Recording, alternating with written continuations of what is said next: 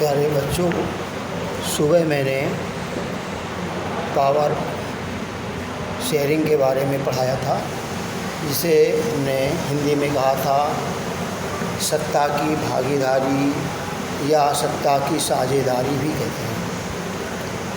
इस पाठ के अंतर्गत बेल्जियम और श्रीलंका के बारे में आपको एग्जाम्पल देकर बताएंगे कि वास्तव में सत्ता की साझेदारी क्यों ज़रूरी होती है या क्यों आवश्यक है। सुबह मैंने कहा था सरकार के 3 प्रमुख अंग होते हैं। सरकार के 3 प्रमुख अंग व्यवस्थापिका, कार्यपालिका, न्यायपालिका। व्यवस्थापिका क्या होती है? जिसे हम लोग संसद कहते जानते हो। संसद कानून बनाती है और उसे कार्यपालिका लागू कराती है, और न्यायपालिका वो निर्णायक अपनी भूमिका निर्वाह करती। निर्णायक रूप माने न्याय के रूप में। हमारा इतना बड़ा देश है, इस देश में कहीं न कहीं वाद विवाद, आपसी तालमेल के अभाव के कारण संघर्ष होते रहते हैं, जिसका निर्णय करना न्यायपालिका का काम है। न्यायपालिका उसे निर्णय देती है और निर्णय के आधार पर देश में शांति स्थापित होती है। लोकतांत्रिक व्यवस्था में सत्ता की साझेदारी आवश्यक है, क्योंकि यह विभिन्न सामाजिक समूहों के बीच संघर्ष को कम करती है। सामाजिक टकराव आगे चलकर प्रायः हिंसा, राजनीतिक अस्थिरता का रूप धारण कर लेती है। इसलिए सत्ता में हिस्सा देना अथवा उसके विकेंद्रीकरण राजनीतिक व्यवस्था के स्वामित्व के लिए अच्छा होता है। अब बात आती है सत्ता की विकेंद्रीकरण। यदि विकेंद्रीकरण हो, विकेंद्रीकरण मतलब फैलाव, आपस में एक दूसरे को उसको हिस्सेदारी के रूप में देना, फैलाना, ये विकेंद्रीकरण कहलाता है। और यदि इस विकेंद्रीकरण नहीं होगा तो सत्ता में तानाशाही हो जाएगी, और तानाशाही की स्थिति में लोगों का वास्तव में विकास संभव नहीं होता है, न देश का न लोगों का। तो सत्ता में हिस्सेदारी या विकेंद्रीकरण करने से लोकतंत्र मजबूत होता है। और इसमें कहा गया है सत्ता की साझेदारी प्रजातंत्र का आधार है, यह लोकतंत्र के विकास के लिए अत्यंत आवश्यक है। आधुनिक लोकतंत्र में शक्ति जनता में निहित है। इसका प्रयोग जनता निर्वाचित प्रतिनिधियों के माध्यम से करती है। इस प्रकार समस्त सामाजिक समूह सत्ता में साझेदारी के द्वारा शासन व्यवस्था में जुड़े रहते हैं। सत्ता की साझेदारी द्वारा सभी लोग शासन व्यवस्था से जुड़े रहते हैं। गांव में ग्राम प्रधान होते हैं, शहरों में पार्षद व सभापति होते हैं, आपने सुना होगा। अब ये क्यों? सत्ता तो मेन तो हमारे केंद्र पर आधारित है, केंद्र शासित न होकर के राज्यों को शासन दिया गया है। लेकिन हमारे देश में एक प्रमुख सरकार है, एक केंद्र शासित, मतलब जिसकी एक कहते हैं सर्वोच्च सत्ता है। एक सर्वोच्च सत्ता कहाँ है हमारे देश में? दिल्ली में। दिल्ली के देश की राजधानी दिल्ली है, वहाँ से पूरे देश का शासन संचालित होता है। लेकिन संविधान के तहत राज्यों को भी अधिकार दिए गए हैं, राज्य निकायों को भी अधिकार दिए गए हैं। ये क्या है? सब सत्ता की साझेदारी, पावर शेयरिंग ही है। अब यहाँ पर इस पुस्तक में जो आपके स्कूल में कहते हैं या पाठ्य पुस्तक में शामिल है, उसमें श्रीलंका और बेल्जियम के 2 देशों की घटनाओं का उल्लेख करते हुए इसमें बताया गया है कि वास्तव में सत्ता की साझेदारी क्यों आवश्यक है। बेल्जियम यूरोप में स्थित एक छोटा सा देश है। इसकी सीमाएं फ्रांस, जर्मनी, नीदरलैंड और लग्जमबर्ग से लगी हुई हैं। इस देश का जाति समीकरण बहुत जटिल है। बेल्जियम देश का जाति समीकरण में जो जाति बंटवारा बहुत जटिल है।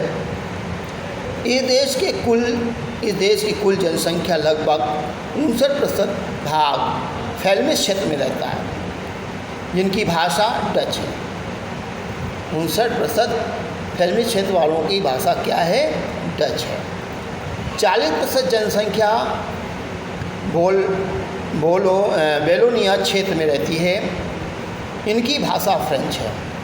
शेष 1% लोग जर्मन भाषा बोलते हैं। बेल्जियम की राजधानी ब्रुसेल्स में 20% लोग डच भाषा बोलते हैं, जबकि 80% लोग फ्रेंच भाषा का प्रयोग करते हैं। अब देखिए, डच और फ्रेंच भाषाई लोग हैं। बेल्जियम में फ्रेंच भाषी लोग डच भाषियों से अधिक समृद्ध और शक्तिशाली हैं, कम होते हुए भी अधिक संपन्न और शक्तिशाली हैं। इनकी आर्थिक शैक्षणिक स्थिति डच भाषियों की तुलना में अधिक समृद्ध है। डच भाषी इस मामले में बहुत कमज़ोर थे, जिसके चलते 1950 और 60 के दशक में इन दोनों समूहों में बीच तनाव पैदा हो गया। इसका सबसे अधिक प्रभाव ब्रुसेल्स में देखने को मिला। यह समस्या बहुत जटिल थी, क्योंकि डच बोलने वाले लोग अधिक संख्या में थे, लेकिन धन और समृद्धि के स्तर पर कमज़ोर थे। अधिक शक्तिशाली होते हुए धन में कमज़ोर थे। श्रीलंका में भी कई जाति समूह के लोग बसे हुए हैं, जिनमें सिंघल जाति प्रमुख समूह है। इनकी संख्या कुल जनसंख्या का लगभग 74% है। दूसरा स्थान तमिलों का है, जिनकी जनसंख्या कुल जनसंख्या का 18% है। श्रीलंका में तमिलों में 2 समूह हैं। श्रीलंका के मूल तमिल और हिंदुस्तानी के रूप में जाने जाते हैं। कहते हैं ये लोग श्रीलंका के मूल के तमिल हिंदुस्तानी तमिल के नाम से जाने जाते हैं। हिंदुस्तानी तमिल औपनिवेशिक शासनकाल में बागानों में काम करने के लिए भारत से लाए गए लोगों की संतानें हैं। श्रीलंका में तमिल मुख्यतः उत्तर पूर्वी क्षेत्रों में बसे हुए हैं। सिंघल समूहों का धर्म बौद्ध धर्म है और तमिलों में हिंदू मुसलमान दोनों ही सम्मिलित हैं। श्रीलंका में 7% ईसाई भी हैं, जो तमिल व सिंहली दोनों भाषाएं बोलते हैं। श्रीलंका में भी कई जाति समूह के लोग बसे हुए हैं, जिनमें सिंघल जाति प्रमुख है।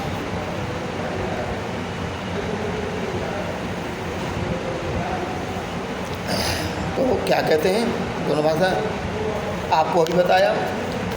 बेल्जियम में श्रीलंका संबंधित उपयुक्त विवरण के परिप्रेक्ष्य में सत्ता की साझेदारी से संबंधित संभावना ये थी कि बेल्जियम में डच भाषी लोग अपनी बड़ी संख्या के कारण फ्रेंच भाषी और जर्मन भाषी लोगों पर अपना प्रभुत्व जमा सकते थे। इसके कारण उनके बीच संघर्ष होने की संभावना थी। संभव था कि इसमें बेल्जियम का विभाजन हो जाता और राजधानी ब्रुसेल्स का प्रत्येक पक्ष अपने अधिकार का दावा करता। श्रीलंका में सिंघली समूह का बहुमत होने की स्थिति में भी बेल्जियम की भाषा समस्याएं उत्पन्न होने की पूरी संभावना थी। अब दोनों देशों में एक बहुसंख्यक जाति के लोग हैं और एक अल्पसंख्यक।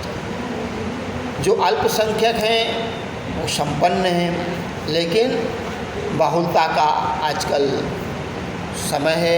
बाहुलता के आधार पर लोग अपनी सरकार बनाते हैं, लेकिन यहाँ पर ऐसा नहीं है। आप देखिए, इसके बाद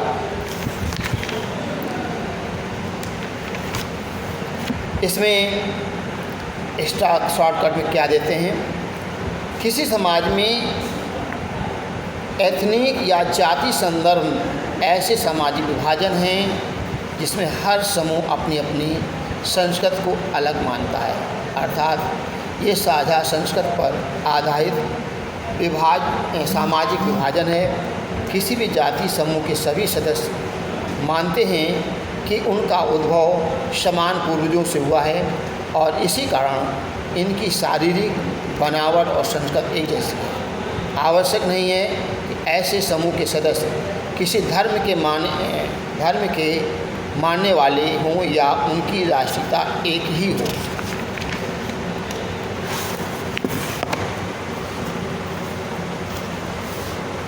कहते मेरे दिमाग में सीधा समीकरण ये है कि सत्ता का बंटवारा, सत्ता के टुकड़े करना, देश को कमज़ोर करना, हम इस बात से शुरुआत क्यों कर रहे हैं।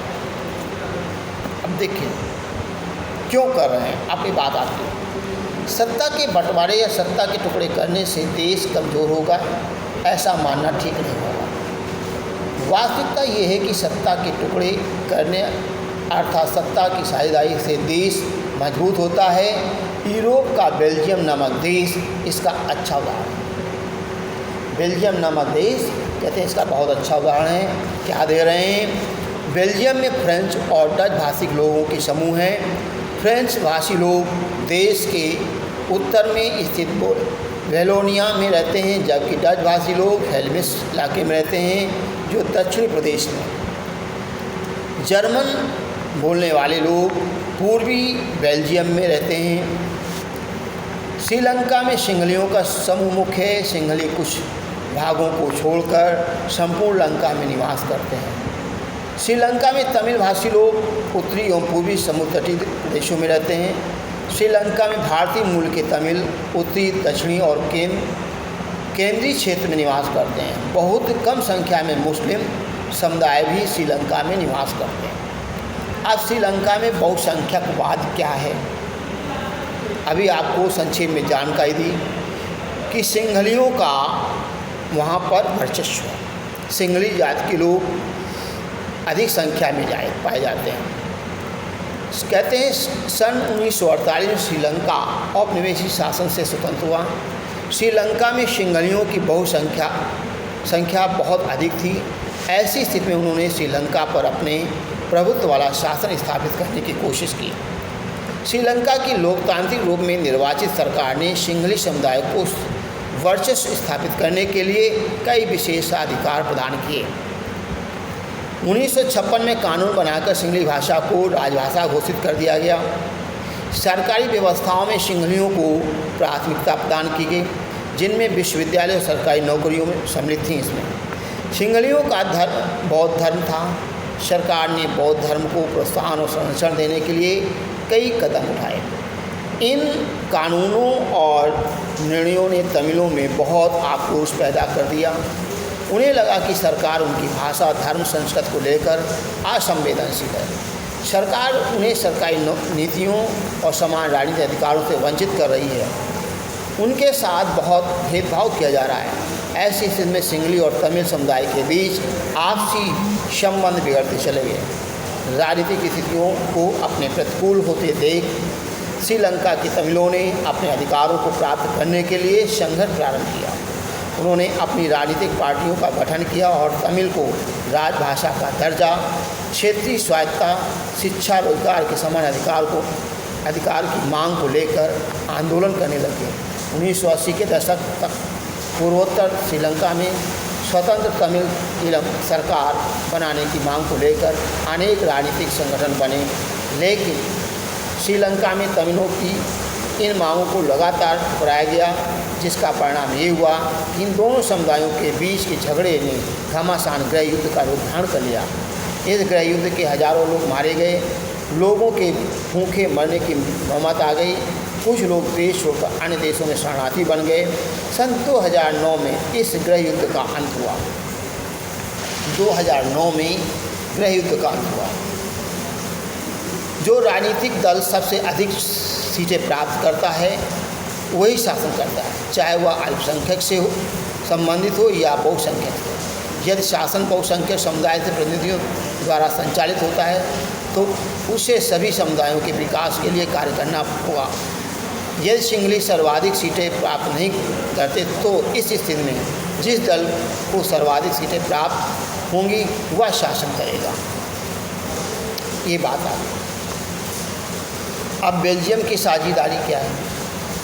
अब बेल्जियम की साझेदारी के बारे में हम अगले दिन पढ़ाएंगे। धन्यवाद।